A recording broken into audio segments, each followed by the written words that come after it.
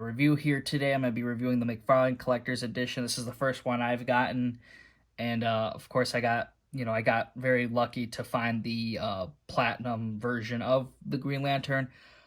Very unlucky to find the other two, so I'm at least happy to find this one. But that's why I'm going to be doing this review here today and show this comparison of the two figures. Figures now outside the box, and just to show that comparison. You do have this regular version that doesn't have any kind of green glow to him. And, it's a very nice difference that you see between the two. I mean, this one does have a bunch of paint on it with the kind of like the green lighting effect, kind of like a powered up version of Alan Scott. That's what I kind of like about it. It's kind of like him kind of maybe like shielding himself with, his Green Lantern powers. I was looking in the dark to see if this did glow in the dark. It appears that it does not. Maybe if you had a certain lighting, it would kind of show it off a little bit more. But it doesn't seem to glow in the dark. I kind of did that little test run.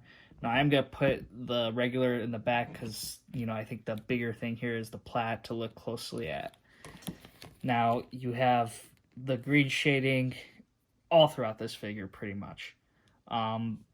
You could see on the face here, it gets painted, very, very nicely. You could see there's nothing on the neck, though. So it kind of does get weird if you start trying to move him around. For the one, at least, that I got here, it's not on his shoulder. So it looks like they kind of missed a spot there. It looks like it's also a little bit on this side of his, cape here. Not much going on this side. On the regular, side, that looks pretty much untouched. Nothing is happening onto that side of the figure. And just to show that quick comparison, yeah, you can see it's no real difference there, except, obviously for the green effect. The other part of the figure, though, you see his hands, highlighted in that green. Gets a little bit weird if you play around with articulation. It's just like, oh, that's a clear red. That's the untouched. So it doesn't look right if you start trying to play around with the articulation. Pants got that same green effect all throughout this side here. And it gets a little bit weird in the back here. Not the best paint job, so you'd have to kind of like articulate him where he kind of covers it up. So I think as long as you have him going this way, it'll look good. This way, no, it's not going to look good at all. So you definitely are limited in how you want to display this dude if you take him out of the box. Here, got a very nice bright green on that hand. The downside of this figure is that the ring is on the wrong hand. Alan Scott, he wore his ring on his left hand. So it's kind of unfortunate that McFarlane kind of missed out on that detail. And for, if you're paying $30, I want to see the right side. Even the back of this box here shows it's the correct side here. It's on the, the left hand. You missing those important details, you know what I mean? The back of the cape is, for the most part, nothing. There's nothing here except for this top piece right here. You get a little bit of green shading right there, and that's it. And then you get some on the hair, too, of course. So that, it works really good coming from the left side. It's not that great anywhere else. You could have practically a regular-looking Alan Scott from this angle.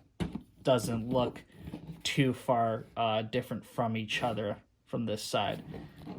Then this is why when you just go this way, then you start seeing all those differences, the bright green and everything. So that's pretty much it. You get a little bit of green also on the boots area as well, just a little bit on each of those sides. So not much else of a difference there. Like, that's pretty much it. The effects are the same. I think it would have been really cool to have gotten the lantern that was non-translucent for the regular. That way it would be a little bit more special with this one. I thought that would have been nice, but, I don't know, man. Like, $30 for this figure, I just don't think that just makes no sense to me. You know, I mean, this is no different than some of the other McFarlane figures and what you typically get, except for getting a stand for your card. And that's I don't want to pay $10 for a card stand. I'm sorry. I have a nice stack of all these cards. I don't have places to display these types of stands. So, I mean, hey, that might be for some people. Here is Alan Scott next to Jay Garrick. So we're building up that JSA. These are the regular versions. Here are the Platinums that, next to each other. So I really think that McFarlane is going good with like the Jay Garrick. Like I love that whole new kind of suit design as a chase.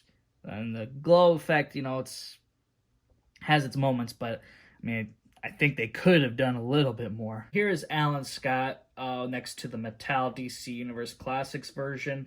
Tons of differences here, not only just because of scale, even though they're going for that same design, there's a lot of differences. You got a baggy shirt here. The ring is on the correct side of the figure. The lanterns, one that's kind of like physically there and not a, one that's like a construct. I would have appreciated if we had that with this version and then the construct version with, the plat. I think that would have, made the most sense, would have been really good. You get like this also here. This kind of looks like it's wrapped around, while McFarlane's is more of like a metal looking one. So that's a little bit there. And I really do like McFarlane's head sculpt, though. I think they did a really good job with the head sculpt. That's all I have for this figure review, though. I think this is a nice figure to get. As saying is for Alan Scott, I think the way we got him is kind of meh. I even though I'm happy to have gotten this Platinum, I do think it is the least of the three. And I'm still going to be trying to search for those other two, but that's going to be hell. So eBay, here I go. But I think these are some interesting figures to get. I am so excited for Wave 2, though. And even though we're not getting much out of them, I really am excited to get Sinestro, Hawkman, and Firestorm. Like, those are going to be crazy. So we'll see what happens there when that time comes. But I hope you guys did enjoy this video. Hit that thumbs up button if you did. Subscribe to the channel if you haven't already. Tell me in the comments, what did you guys think of this figure? How do you feel about this plat? Should these figures be $30? And if they're $30, shouldn't we be getting more? Tell me what you think. I will see you guys in the next one.